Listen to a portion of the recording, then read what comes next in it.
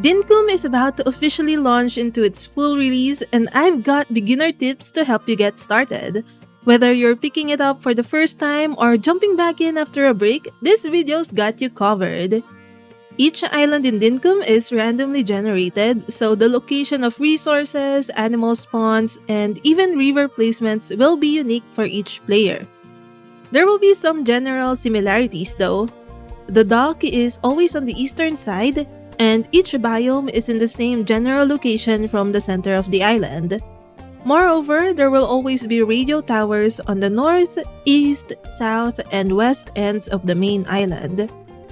When choosing a place to set up your base, I recommend building it near one of these towers. These radio towers will eventually be used for fast travel, so being close to one makes it easier to get around the island. Also, consider placing your base near a water source for crops and fishing. Avoid setting up near dangerous enemies like crocodiles or bush devils, especially early on when your character is more vulnerable. These creatures will attack you if you get too close to them. Buildings can be moved later, but relocating them costs 25,000 dinks, and you won't be able to move your tent until it's upgraded into a house. After the initial setup and quests, it can get a bit overwhelming since there is simply too much to do and discover in the game. You may also feel a bit lost because you don't know what to do or focus on, so I'll give you some tips and ideas on how to continue from here. While exploring, it is best to utilize your map. You can mark various points of interest by left-clicking on the map and selecting from different icons. A good area to mark is the location of bush devils and warimu. These areas are where those creatures will respawn. You will not be able to trap and collect animals at the start, but it's a good idea to mark this early on as you encounter the areas. Bush devils can eventually be trapped and taken to a collection point for 12,000 dinks each. Locations with warimu will have this nest, which will have eggs during spring. Collecting and selling these eggs will give you a minimum of 8,000 dinks each. The icons on the map, including markers, can also be used as waypoints. Left-click on any icon, and it will show up on your minimap for easier navigation. Another useful thing to note is that, by default, the minimap rotates based on which direction you are facing. But you can change this from the settings and lock the minimap so that this red indicator will always point to the north. This made navigation easier for me personally. There are some easy items to gather early in the game like gum logs, wattle flowers, bottle brush flowers, and a variety of fruits. You should gather as much as you can as you go around the map. You can use the traveler suitcase in the base tent as temporary storage until you can craft your own storage. By the way, this might seem trivial to most of you, but at the start of my own playthrough, I was clicking on each item on the ground one by one before discovering that I can simply hold the right click to make all the nearby items go into my inventory. Gum logs are useful for crafting or selling, and it's a good idea to collect them early. The wattle and bottle brush flowers can be sold or saved for brewing, and fruits can be eaten, sold for profit, or planted to grow more. We will talk more about earning money later. If you already have an axe, you should also chop down some wattle and bottle brush bushes to get its seeds. However, keep in mind that there is a chance that these bushes will not drop any seed and they do not respawn, so you might want to keep some of it in the wild. On the top left portion of your screen, you will see these bars representing health and stamina. Stamina is depleted whenever you use any type of tool or weapon. When it reaches 0, your character will move slowly and you won't be able to use tools properly until the bar is filled up again. Your character's stamina will regenerate on its own when you don't use any tool or weapon. Sitting on a chair will make regeneration faster. Consumables can also give you a temporary buff to regenerate health and/or stamina faster. Let's talk about how consumables work. Your character can consume up to 3 foods at a time. Each food offers different buffs such as faster stamina or health regeneration, increased speed, or higher attack power. These effects last for several minutes depending on the food. Once the food is fully consumed, you can eat another one again. Early game fruits are a great food source. Apples restore health, bananas restore stamina, and bush limes and kwandongs provide both. Cooking fruits on a campfire increases their duration and buffs, so it's worth doing this extra step. There are several animals scattered around the map, and some of them can attack you if you get too close to them. Your health will decrease depending on what type of attack you've been hit by.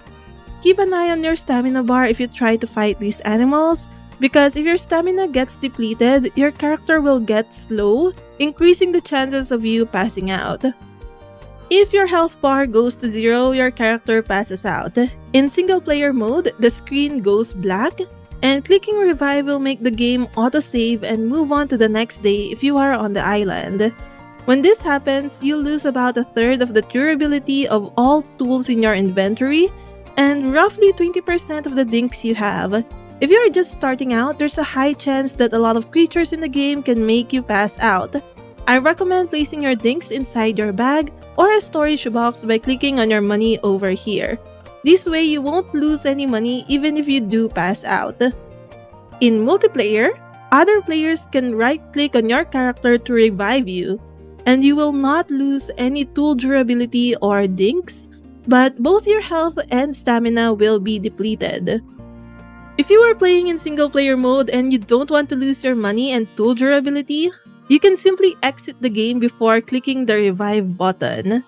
Some may consider this cheating, but I like to call it strategy. Plus, this will make you lose the current day's progress, and you would have to start from the beginning of the day. So weigh the pros and cons of that before deciding if you should accept the death penalty or if you should restart the day. Money is very important in Dinkum. It lets you buy items, tools, and construct buildings for your town. There are several ways to earn money early in the game. The fruits you've gathered can be sold directly to John, but cooking it using a campfire will increase its value. The general rule is that all cooked items will sell for more than its base form. Save some fruits that you can plant once you've unlocked the shovel. Different fruit types are found in different areas of the map, so having a variety at your base is helpful. To plant a fruit, dig a hole with your shovel, throw the fruit in using Q, then cover it back up. I like placing the fruits all at once, then using the shovel twice on each spot to plant them quickly. Wattle and bottle brush flowers can be sold to John for easy cash or saved for brewing once you unlock the brewing license. This license becomes available after unlocking the level 2 logging license. Making tea from these flowers using a billy can kit sells for a good profit, and later on you could even process this further in a keg to increase its value. Other items you can get and sell easily are shells and wood planks. Shells are abundant in beaches while planks are made by processing logs in a table saw. This might not give you a lot of dinks compared to the other methods, but these items are easy to get. Once the clock reaches 12 midnight, time will stop moving forward, but your stamina bar will become really small. You can take advantage of this time by gathering shells and processing your logs at the table saw. I personally find doing this a bit boring, so it's not something I do, but it is an option. Fishing and bug catching are also good sources of money. The base selling price of fish is higher than bugs, but I don't particularly enjoy fishing, so I still stick to bug catching myself. I do suggest keeping some of each type of new fish, critter, or bug that you catch. You will not be able to store this, but you can place it directly on the ground temporarily. You can do this by putting it in your tool belt slot, then left-clicking on the ground to place it like a furniture. Be careful not to drag it outside your inventory since this will cause the creature to fly away or disappear. You can donate it to the museum once you have one in your town, or you can save it for NPC quests. While exploring, you might also find some beehives, amber chunks, or thunder eggs. All items that your character cannot put inside their inventory can be sold at John's using this weighing scale. And most of it will earn you a lot of dinks, so make sure to keep an eye out for these. You might want to crack open the beehive for a chance to catch a queen bee though. You can use this to craft your own bee house, which will give you honey. When breaking ores, there's a chance that you'll get some shiny rocks like this, which you can process on a grinder. You will sometimes get an opal from it, which will sell for 15,000 dinks each. Most of the basic tools can only be bought from John. To save money early game, don't use your tools until it's broken. Instead, wait until your tool has low durability left, indicated by a red exclamation point in its icon. Sell them to John for half its value, then buy a new one, essentially getting a 50% discount. There's another currency in the game aside from dinks, and this is called permit points. You can earn this in several ways. The first is by completing milestones. These are easily obtained by just playing the game normally. If you want to know which milestones you can quickly achieve, you can see the list from your journal. There are also 3 daily tasks that refreshes per in-game day. Most of these are easy to do, so I recommend checking it out and completing the ones that you can. You can also eventually earn permit points by completing tasks from the bulletin board, completing quests from NPC, donating to the museum, or converting your dinks to permit points through the bank. Permit points are used to purchase licenses from Fletch, which will unlock new features. You will eventually want to unlock all of it, but I recommend starting with the mining, hunting, excavation, and metal detecting license. The mining license lets you use a pickaxe to break rocks and collect ores, which are needed for crafting and tool upgrades. The hunting license lets you craft weapons, allowing you to defeat and collect resources from animals. The excavation license allows you to use shovels for planting, and the metal detecting license lets you search for buried items, including parts needed to activate the radio towers. It's a good idea to activate these towers as soon as you can, as it will help you navigate to different biomes way faster. There are several NPCs in the game that can visit or move into your island. Keep an eye out on your visitor's tent to see if someone is visiting. To make an NPC move in, you need to reach a certain heart level with them and spend a certain amount of dinks in their shop. The amount needed for this varies per NPC. In order to increase your heart level with an NPC, make sure to chat with them and fulfill their request once a day. If you accept a quest you cannot complete that day, you will lose hearts instead, so don't make promises you can't keep. One of the quests they can give you is to find them something to eat. Each NPC will have a food preference, and giving them their favorite foods will greatly increase your friendship with them, while giving them a disliked food will make you lose hearts with them.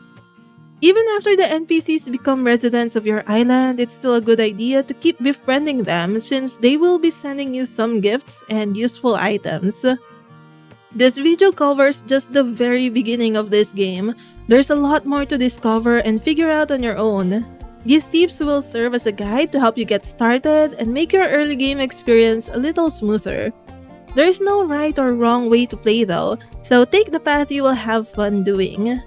Do let me know if you have other tips for beginners. If you found this video helpful, please leave a like and subscribe for more Dinkum content.